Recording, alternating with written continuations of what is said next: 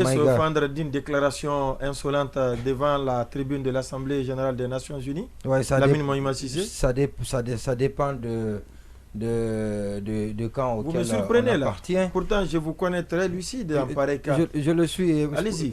D'accord. Je vous donne. Ceux qui ont vu autrement le discours, c'est eux malheureusement qui ont des problèmes de lucidité. Ah bon? Alors oui, bien sûr. Alors donc j'ai bien aimé son discours. Ah bon? Oui, bien évidemment. Et il a été, je vous dis très sincèrement, à la différence des discours qu'on a commentés, des communiqués qu'on a commentés ici à Conakry, il a été très subtil, mais il a dit en clair et en réalité ce qu'il devait avoir pensait, un problème avec la définition de la subtilité. Il a bien répondu. Voilà, justement, c'est lui qui a pourtant, c'est les autres qui l'ont pourfendé. Et donc, il a trouvé la bonne réponse à ces pourfendeurs, à ces personnes-là, qui ne s'occupent pas de leur affaire, mais plutôt qui font de la fixation, dans son discours, qui font de la fixation sur le Mali. Et félicitations à lui. Alors, deuxième, Oui. Deuxième, non,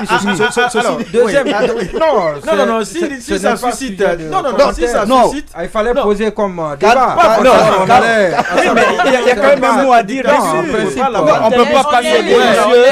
Quand il est délicieux, ça va au-delà du talent. Il faut partager. Oui, il faut partager. Alors, vous allez susciter le débat parce que je serai obligé de répondre. Oui, on va juste partager. Je connais la position de Sanso parce que je l'ai lu.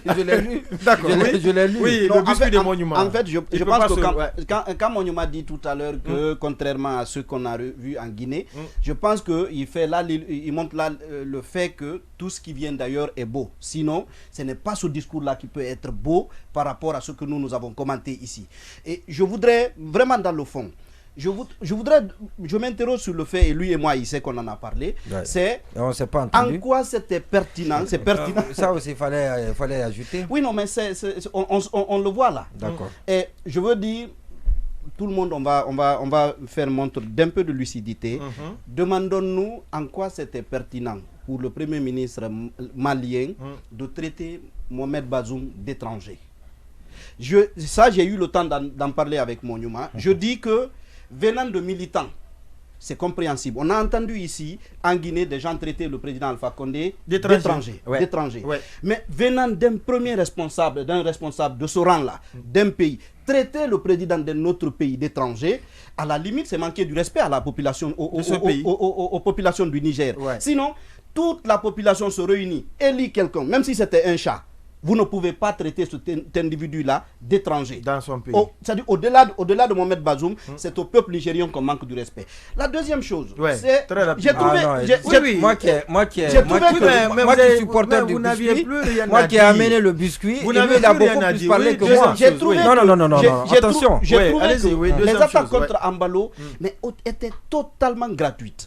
Parce qu'on l'a dit ici, Ambalo a été relativement clément vis-à-vis du Mali. Quand on lui a posé la question sur le Mali, il a dit, et c'est une formule qui passe, à la place des Maliens, j'aurais libéré les soldats.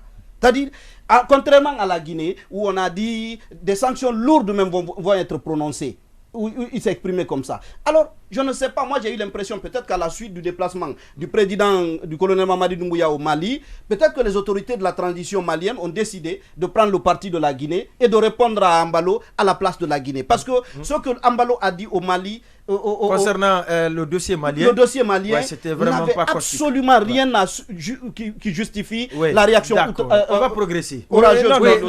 Juste un mot. Non, permettez-moi. Attention, ce qu'il dit là, c'est très grave. Non, pour vous, il ne fallait pas lui permettre tout ce temps-là.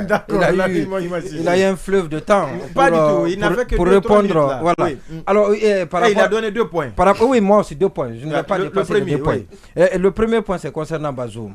Je ne sais pas s'il a écouté l'interview de Bazoum qui a suscité la réponse des Maliens. Bazoum a dit que le Mali a été ingrat, à la limite ingrat.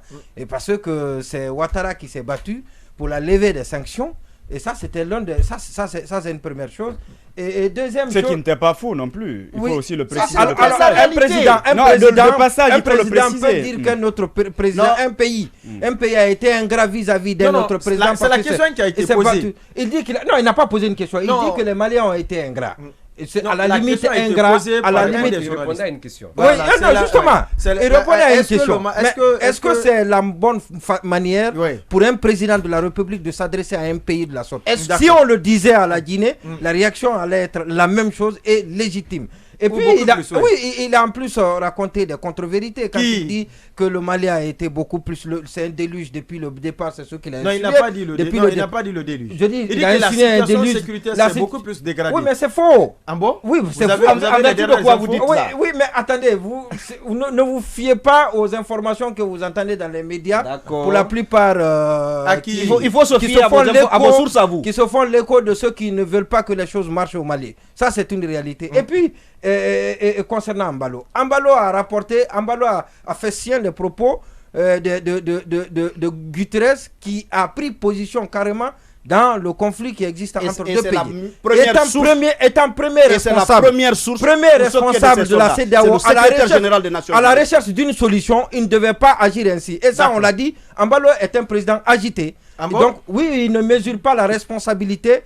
Il n'a pas pris encore la responsabilité. La dimension justement.